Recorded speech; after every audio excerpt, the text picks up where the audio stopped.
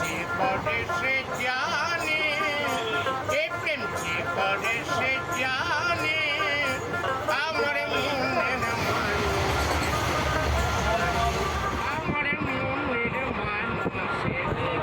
Hello বন্ধুরা, আজ আমি আবারও বেরিয়ে পড়লাম বীরভূম ডিস্ট্রিক্টের 5টি সতীপীঠের আরেকটি দর্শন করার জন্য।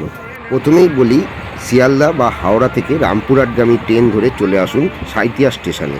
সকাল সকাল এরকম বাউল গান শুনতে শুনতে চলে এলাম সাঁইথিয়া স্টেশনে। সময় লাগবে ওই 3 ঘন্টার মতো। এই সাঁইথিয়া স্টেশনে নেমে 5 নম্বর প্ল্যাটফর্মের দিকের ওভারব্রিজ দিয়ে মেন রোডে চলে আসুন। ওই ফুটব্রিজ দিয়ে নেবেই এরকম টোটোর লাইন দেখতে পাবেন। এই টোটোর লাইনকে পেছনে ফেলে একটু এগোলেই চোখে পড়বে মাতা নন্দিকেশ্বরীর মন্দির। এই হচ্ছে মাতা নন্দিকেশ্বরী মন্দিরের গেট। গেটের বাইরে অনেক পুজোর ডালার দোকান পেয়ে যাবেন, সেখান থেকে ডালা কিনে মন্দিরে প্রবেশ করুন। এই হচ্ছে মন্দিরের প্রবেশদ্বার। প্রবেশদ্বার দিয়ে ঢুকলেই এরকম একটি প্রাঙ্গণ দেখতে পাবেন, যার সামনেই রয়েছে একটি নাট মন্দির। এখানে রয়েছে একটি হাঁড়িকাঠ আর একটি যজ্ঞকুণ্ড। আর এই যে গাছটি দেখছেন, এই গাছটি গোটা মন্দিরটিকে বিরাজ করে আছে। আর এই গাছের নিচেই মাতা নন্দিকেশ্বরী নিজে অধিষ্ঠান করছেন। এই হচ্ছে মূল বিগ্রহ। ভেতরে নন্দিনী মা একটি বড় কালো পাথরে পূজিত হয়। এখন যদিও সিঁদুরের প্রলেপে লাল হয়ে গেছে। জনশ্রুতি অনুসারে এখানে সতীর কণ্ঠহার অর্থাৎ বোন পড়েছিল। আবার অনেকের মতে এখানে সতীর গলার হার অর্থাৎ নেকলেস পড়েছিল বলে কথিত আছে। পাথরটির ওপরে মায়ের 3টি রূপোর চোখ বসানো আছে। মায়ের এই মন্দিরে বহু লোকের বিবাহও অনুষ্ঠিত হয়।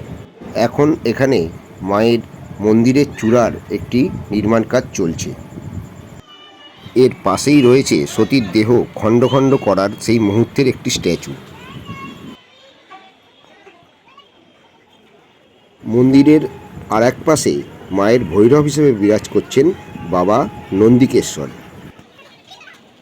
এই হচ্ছে বাবার বিগ্রহ।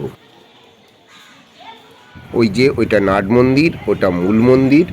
আর আমরা ওই গেটটা দিয়ে ঢুকে এদিকে এসছিলাম। আর এই বাবার মন্দিরের থেকে সামান্য একটু এগোলেই চোখে পড়বে এই লম্বা হল ঘরটি। এখানে ভোগ খাওয়ানো হয়। সামনে ওইটা ভোগের ঘর করা আছে।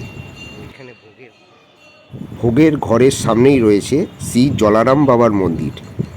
এই মন্দিরে রাম, লক্ষ্মণ ও সীতা বিরাজ করছেন।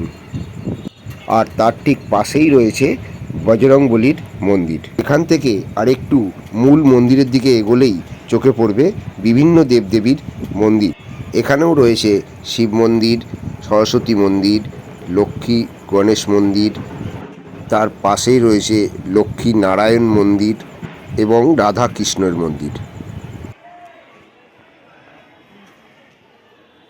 ছোট ছোট আরও 2টো শিব মন্দির চোখে পড়ল এখানে।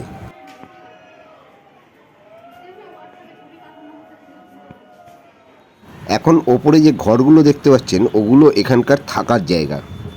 এখানে আসলে আপনি এখানে থেকে রাত্রিবাসও করতে পারেন। এটা মন্দির কর্তৃপক্ষের সঙ্গে কথা বলে বুকিং করতে হয়।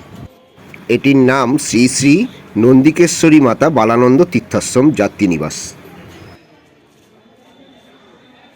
এখানে একসঙ্গে বহু ঘন্টা লাগানো আছে। আরও একবার আমি গোটা মন্দির চত্বরটা দেখিয়ে দিচ্ছি আপনাদেরকে। এই হচ্ছে গোটা মন্দির চত্বর। এরপর আমরা পুজো দিয়ে যেদিক দিয়ে এসেছিলাম সেই গেট দিয়ে আবারও বাইরে বেরিয়ে এলাম। এই মন্দিরের মূল গেটের বাইরেই রয়েছে জগন্নাথ দেবের মন্দির। এখানে প্রভু জগন্নাথ, বলরাম ও সুভদ্রা বিরাজ করছেন। এরপর এখান থেকে ট্রেন ধরে আপনারা চাইলে কলকাতা অথবা রামপুরহাটের দিকে রওনা হতে পারেন। আমি অবশ্য এখান থেকে রামপুরহাট অর্থাৎ তারাপীঠ চলে গেছিলাম। ভিডিওটি ভালো লাগলে চ্যানেলটি সাবস্ক্রাইব করে রাখুন, যাতে এরকম নতুন নতুন ভিডিও আপনাদেরকে দেখাতে পারি।